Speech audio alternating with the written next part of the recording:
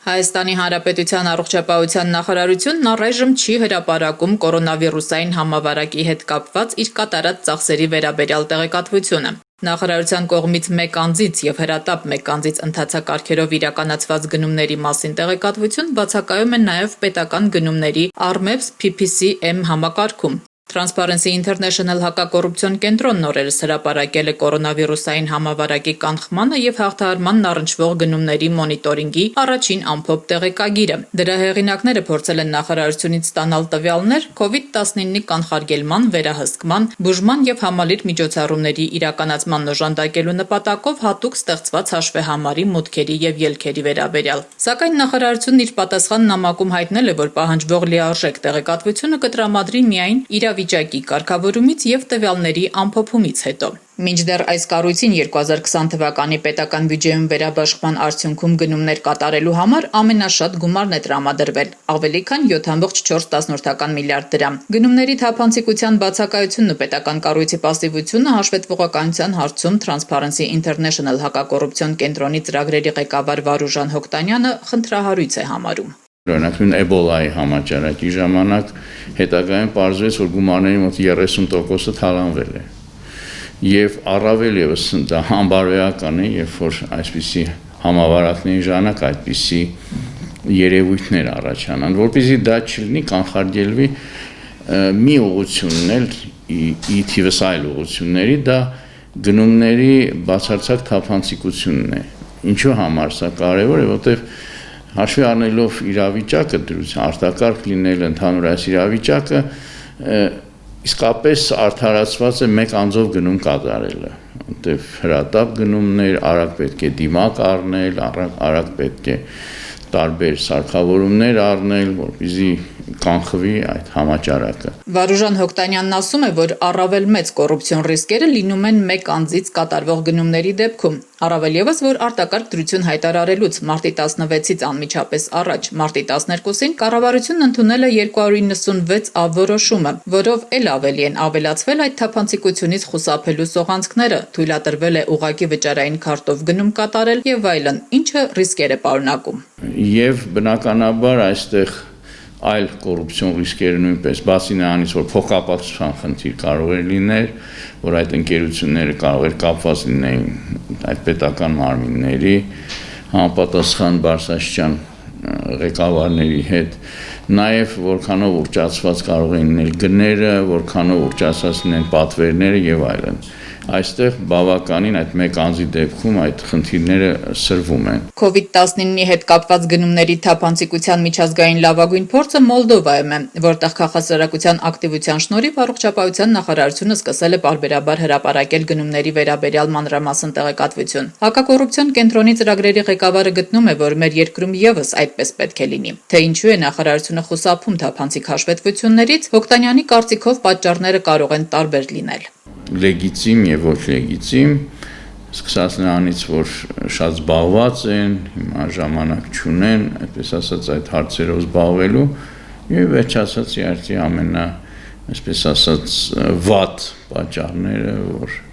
թաքցվում են եւ այն գիտեք հրապարակումներ եղան, տարբեր այդ պետպատվերի հետ կապված եւ այլն։ Առողջապահության նախարարության ֆինանսատնտեսագիտական վարչության գնումների համակարգման բաժնի պետ Հասմիկ Մնացականյանը սակայն վստահեցնում է, կորոնավիրուսի հետ կապված բոլոր ձեռքբերումների վերաբերյալ տեղեկատվությունն ամբողջությամբ հրապարակվելու է համավարակի ավարտից հետո։ Կոնկրետ կորոնավիրուսի հետ կապված բոլոր ձեռքբերումները, ես չեմ ասում գնումները, ձեռքբերումները իրականացում է 296 որոշման համաձայն։ Ուրեմն այնտեղ գրած է, որ մեկ անձից գնումները էլեկտրոնային գնումներով չի արվում, այսինքն 386 որոշումը չի տարածվում կորոնավիրուսի դեմ ուղղված միջոցառումների նպատակով ձեռքբերվող գնումների վրա։ Իսկ դրա հետևաբար Armeps համակարգում, այսինքն մենք էլեկտրոնային գնումներ չենք անում։ Իսկ Armeps PPC համակարգում երևում է միայն էլեկտրոնային գնումներ, այսինքն երբ մրցույթը սկսում ենք PPC-M համակարգից ավարտում ենք Armeps համակարգով։ Վերջում ինքը հրապարակային տեղեկատվություն, այսինքն երբ որ պատկասում եք ինքը շատ հիմա շարունակական անդադ հավաքագրվում է, չեն կարող ենք տալ ամսվա կտրվածքով ինչքան պայմանագրեր կնքվել, մենակ պայմանագրերը կարանք տալ։ ցանկացած անձ կազմակերպություն ով դիմի մենք կարող համակարգված, բայց ասենք որոշակի ժամանակահատվածի համար, ոչ ամբողջությամբ որ ինքը շարունակական է ու անընդհատ ավելանում է պայմանագրերում։ Տարվա վերջին, երբ որ կորոնավիրուսը